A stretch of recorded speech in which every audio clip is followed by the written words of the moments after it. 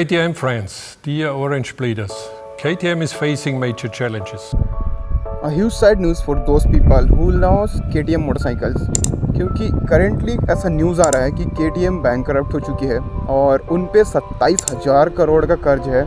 KTM एक ऐसा brand है जो एक टाइम पे एक दिन में 1000 बाइक्स प्रोड्यूस करती थी, 1000 बाइक बनाती थी, बट अब सिचुएशन ऐसा है कि उन पे 27,000 करोड़ का कर्ज है। तो आज की वीडियो में ये जानेंगे कि क्या अब हमें KTM की बाइक खरीदनी चाहिए या नहीं खरीदनी चाहिए, या इस सिचुएशन या इस प्रॉब्लम से बजाज को क्या इफ़ेक्ट पड़ेगा, क्योंकि जो इंजन है वो बजाज को KTM से ही मिलता था। वो सारी चीज़ें आपको इस वीडियो में बताता हूँ। और KTM का बैंकरप्ट होने का मेन कारण है उनकी सेल्स डाउन होना। अब्रॉड में क्यों हुआ ये तो मुझे नहीं पता, बट इंडिया का रीज़न तो आपको पता है कि इंडिया में उनका मार्केट डाउन क्यों हुआ, ये चीज़ तो आप अच्छे से पता है। बट अब्रॉड भी US और UK में उनका सेल डाउन हो गया था, जिसके वजह से बैंकरप्सी हो गई। और KTM को अब 90 डेज़ के अंदर ये सारी चीज़ें आप हैंडल करनी होगी। अगर वो 90 डेज़ के अंदर ये सारी चीज़ें हैंडल कर लेते हैं, अगले 2 साल का जो प्लान है वो शो कर देते हैं कि हम ये सेल्स फिगर पे काम करेंगे, तो सब चीज़ सेट हो जाएगा, सब चीज़ सॉर्ट हो जाएगा।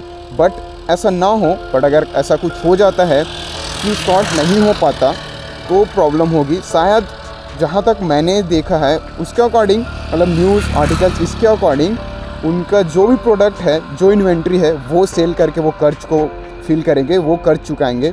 ऐसा न्यूज़ ऐसा है, बट ऐसा ना हो भाई, क्योंकि KTM एक अच्छा खासा ब्रांड है।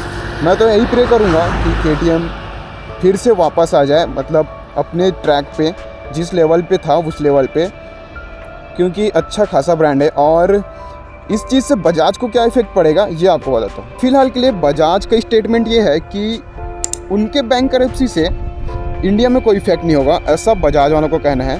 बट अगर केस कुछ इधर उधर होता है या केस बढ़ता है तो ज़रूर इफ़ेक्ट होगा, क्योंकि एक चीज़ दिखाता हूँ,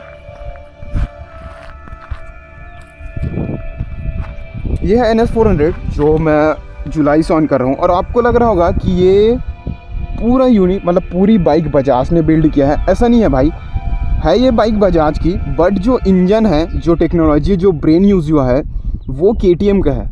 बना ये बजाज के घर पे है, बट जो इंजन है ये वो KTM के द्वारा ही बना है। उनके ब्रेन यूज़ हुआ है, उनका टेक्नोलॉजी यूज़ हुआ है।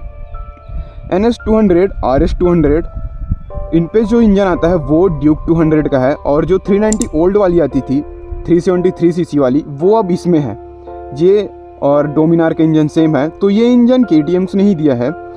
तो इस चीज़ से बजाज को एक नेगेटिव पॉइंट ये है कि अगर ऐसा कुछ होता है, कि ऐसा ना हो, बट अगर ऐसा कुछ होता है कि KTM को शट डाउन करना पड़ गया पूरी तरह, तो बजाज को एक नुकसान होगा, क्योंकि उनके पास अच्छा खासा हाई कैपेसिटी वाला इंजन नहीं है।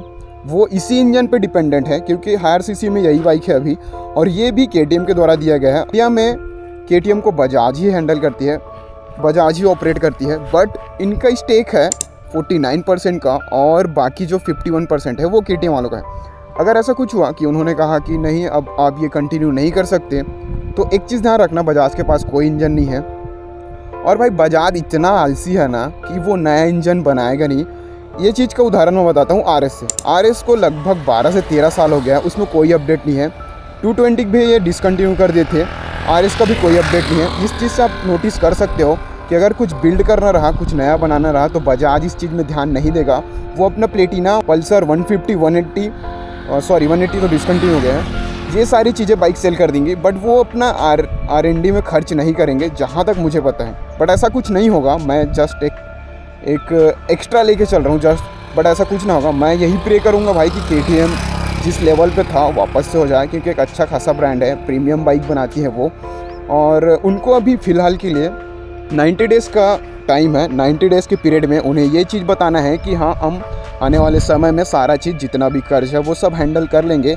जो भी स्टेटमेंट है वो 90 डेज़ के अंदर से बताना होगा। और फ़िलहाल के लिए प्रोडक्शन रुका हुआ है, 90 डेज़ तक कोई भी बाइक की प्रोडक्शन नहीं होगी, ऐसा न्यूज़ में है। ऐसा मैं नहीं कर रहा, न्यूज़ आर्टिकल्स, इन सारी चीज़ों को देख के बता रहा हूँ। तो अब आते हैं उस टॉपिक पे कि क्या अभी आपको KTM की बाइक खरीदनी चाहिए या नहीं खरीदनी चाहिए।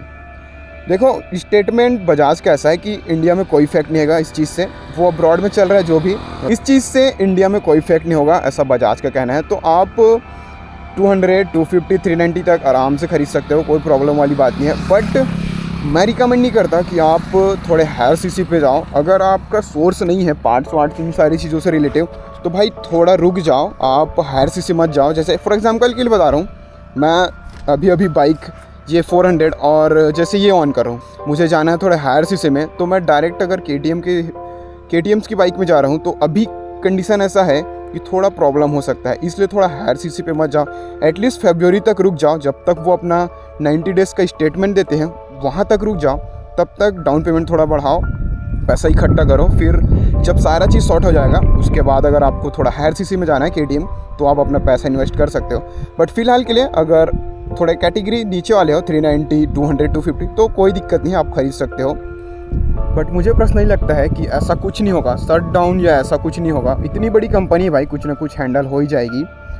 और होप यही है कि जो भी है सॉर्ट आउट हो जाए, क्योंकि बहुत अच्छी कंपनी है, बहुत अच्छा ब्रांड है वो, उनके इंजन्स नेक्स्ट लेवल के होते हैं, बाइक्स नेक्स्ट लेवल की होती है। तो होप सब चीज़ सही हो, और होप आपको सब चीज़ समझ आया होगा। और ठीक है, मिलते किसी नेक्स्ट व्लॉग में, bye bye. We will get back stronger.